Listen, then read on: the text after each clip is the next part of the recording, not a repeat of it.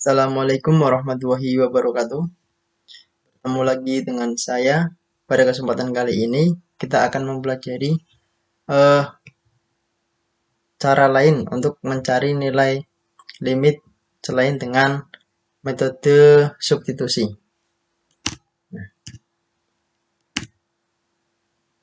Yang pertama ini adalah metode pemfaktoran. Di sini ada keterangannya.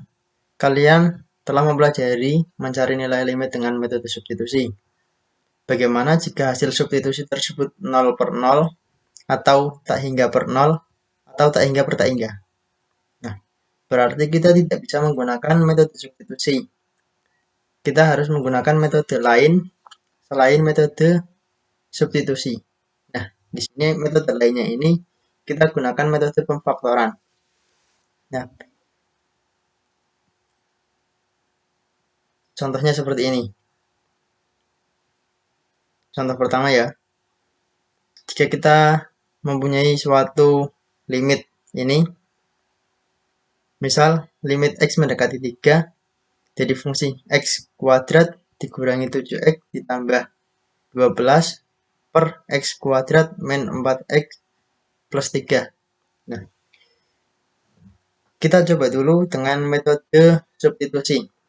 Apakah hasilnya ini adalah 0 per 0, hasilnya seperti ini atau bukan.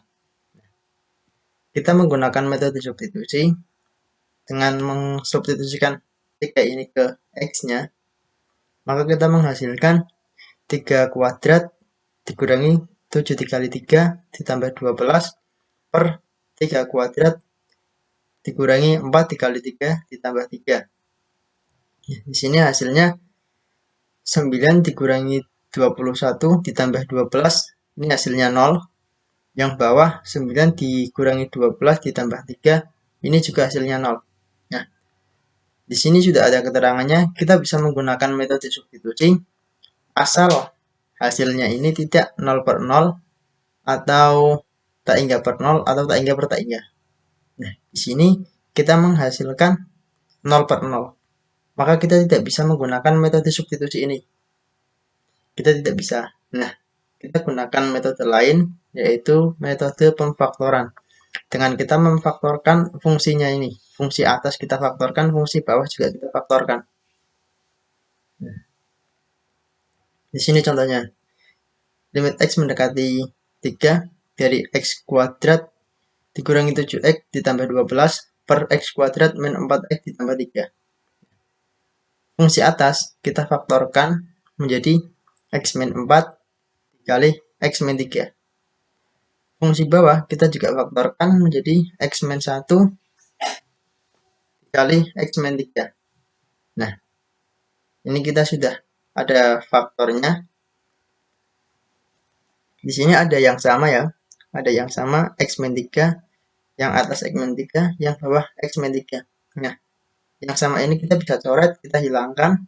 Maka kita masih mempunyai x min 4 per x min 1. Nah, setelah kita mendapatkan ini, kita coba dulu dengan metode substitusi. Apakah ini sudah bisa menghasilkan suatu nilai yang tidak bernilai dengan ini, tidak sama dengan ini? Mari kita coba mensubstitusikan 3-nya ini ke x-nya ini ya. Maka hasilnya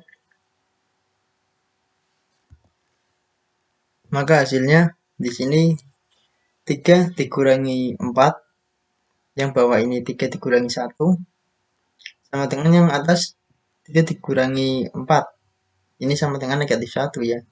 Negatif 1, yang bawah 3 dikurangi 1, ini 2. Nah, di sini kita sudah mendapatkan nilainya negatif setengah. Negatif setengah kan tidak sama dengan 0 per 0 atau tak hingga per 0 atau tak hingga per tak hingga. Nah, di sini berarti kita sudah menemukan nilai dari limit ini. Nah, nilainya negatif setengah. Ini metode pemfaktoran seperti itu. Contoh satu lagi, misalkan kita mempunyai ini limit x mendekati 3 dari x pangkat 3 dikurangi 27 per X min 3. Nah, misal kita menggunakan metode substitusi, maka hasilnya di sini.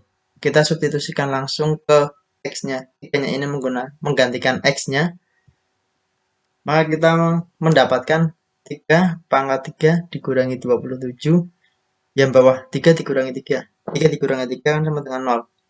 Nah, di sini yang atasnya 3 pangkat 3 itu sama dengan 27. Nah, 27 dikurangi 27, maka hasilnya 0 juga. Nah, di sini dengan menggunakan metode substitusi, kita menemukan hasilnya 0 per 0. Nah, di sini untuk mencari nilai limit ini, kita tidak bisa hasilnya ini. Kalau misal hasilnya 0 per 0, maka kita gunakan metode lain, yaitu metode pemfaktoran. Nah, kita faktorkan fungsi yang atasnya, faktorkan menjadi X min 3 dikali X kuadrat plus 3X plus 9. Yang bawah X min 3. Nah, di sini ada kesamaan yang atas dengan yang bawah X min 3, yang bawah X min 3. Nah, ini kita bisa coret.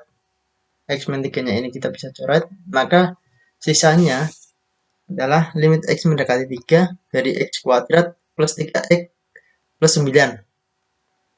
Nah, setelah bentuk ini, kita langsung bisa mensubstitusikannya ke X-nya ini. 3-nya ini menggantikan X-nya ini. Jadi, 3 kuadrat ditambah 3 dikali 3 ditambah 9. Nah, hasilnya 9 ditambah 9 ditambah 9 sama dengan 27. Itu metode pemfaktoran. Nah, jika kalian kesulitan memfaktorkannya itu bagaimana? Di sini saya ada catatan.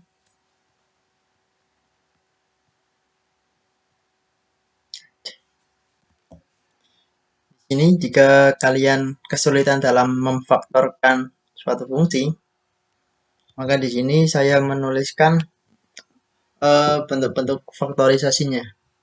Yang pertama itu, jika kalian menemukan bentuk seperti ini ya, X kuadrat dikurangi Y kuadrat. Nah, Y-nya ini bisa berupa angka apa aja. Kita bisa memfaktorkan menjadi X min Y dikali dengan X plus Y. Ini seperti ini, faktornya, bentuknya seperti ini ya. Itu yang pertama. Untuk yang kedua, jika kalian menemukan bentuk fungsi seperti ini, X kuadrat min 2XY ditambah Y kuadrat, maka kalian bisa memfaktorkannya menjadi X min Y kuadrat. Ini seperti ini. Nah, jika kalian menemukan bentuk seperti ini kebalikan dari yang kedua. Bisa dilihat untuk sininya, kalau yang kedua ini operasinya itu negatif, kalau yang nomor 3 ini operasinya adalah positif. Penjumlahan ya, kalau yang nomor 2 pengurangan, yang bawah penjumlahan. Di sini fungsinya X kuadrat ditambah 3XY ditambah Y kuadrat. Maka kita bisa memfaktorkannya menjadi X plus Y kuadrat. Itu seperti itu. Nah, kalau kita menemukan fungsinya seperti ini, X pangkat 3 min Y pangkat 3. Ini seperti contoh nomor 2. Kita bisa memfaktorkannya menjadi X min 3. Mohon maaf, X min Y dikali dengan X kuadrat plus XY plus Y kuadrat.